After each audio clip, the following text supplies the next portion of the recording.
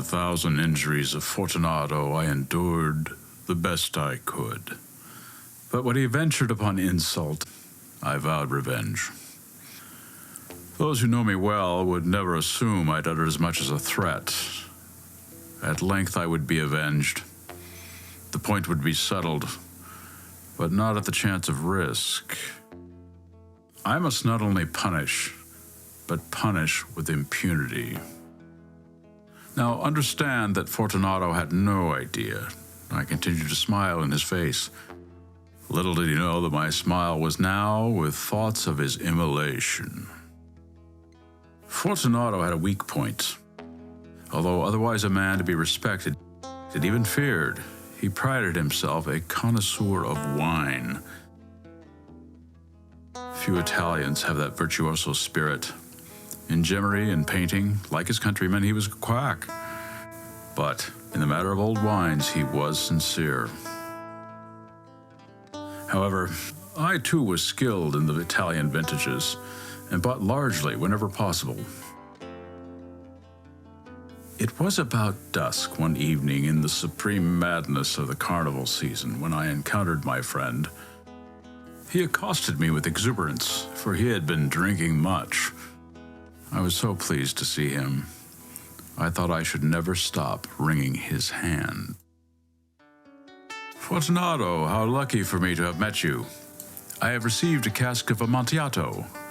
I have my doubts, and I paid full Amontillado price for it. Without consulting you, I was afraid of losing a bargain. Amontillado? I have my doubts. I must satisfy them. I was just on my way to see Lucchesi. Lucchesi can't distinguish Amontillado from sherry. Come, let us go, he said. Where? To your vaults. Oh, my friend, no, I can't impose upon your good nature in the middle of the carnival. You must have an engagement. He said, I have no engagement, come. Then he grabbed my arm and we started towards the palazzo. There were no attendants at home. They had absconded to indulge in the festivities. I had told them I would not return before morning and to not leave the house. That ensured their immediate disappearance the moment my back was turned. When we arrived, I took 2 torches and handed one to Fortunato, then led him through the many rooms of the palazzo till we reached the archway that led to the vaults below.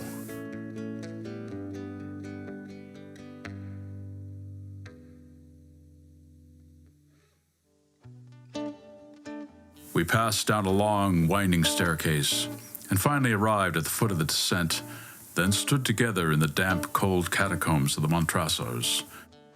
My friend was unsteady, his intoxication prevailing. The cask, he said. It is further on, I said, unless you would prefer to turn back.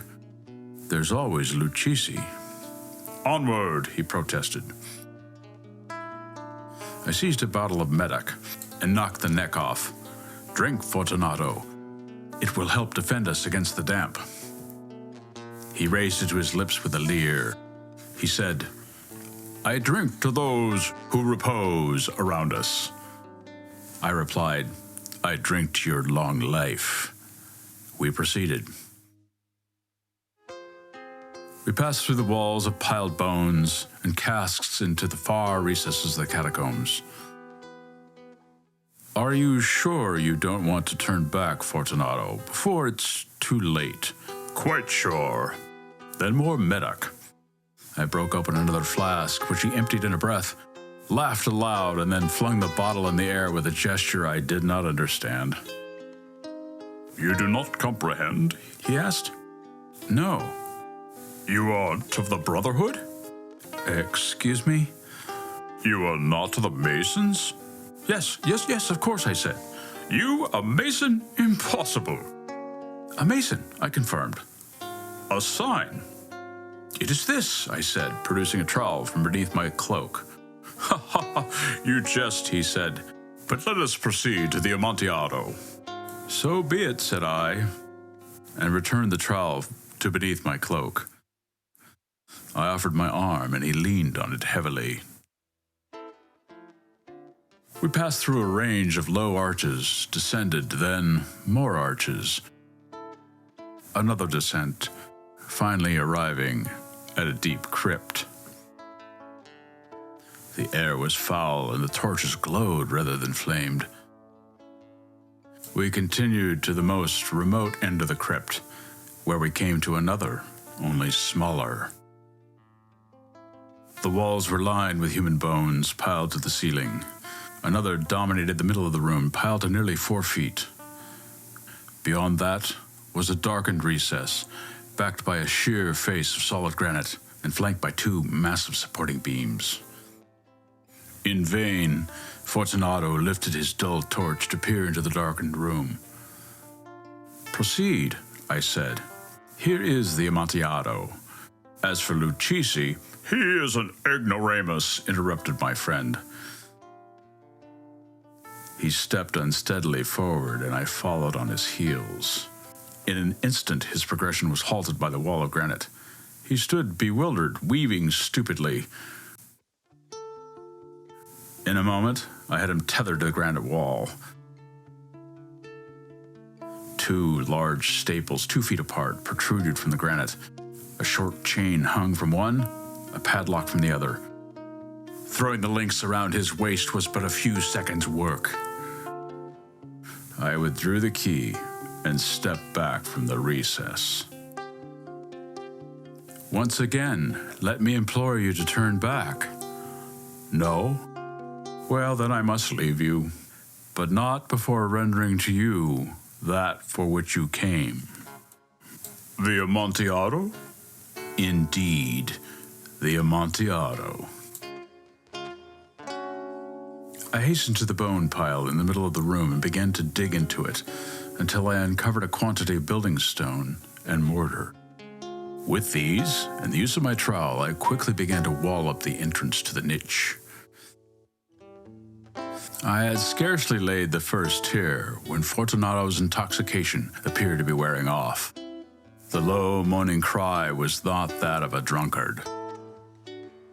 At the 4th tier started the furious vibrations of the chain that continued for many minutes. The pleasure of it all helped me quicken my pace. At one point, I forced myself to put down the trowel, then sit and revel in it properly.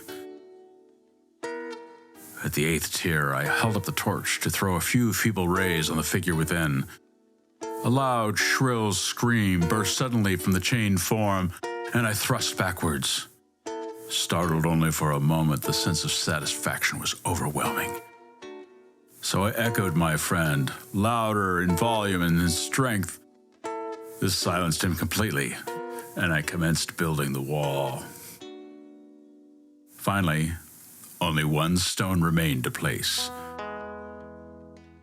Now from the niche came a low, guttural laugh, difficult to recognize as that of Fortunato. "Ha ha ha, a very good joke indeed. An excellent jest. We shall have many a rich laugh about it at the palazzo. Over wine."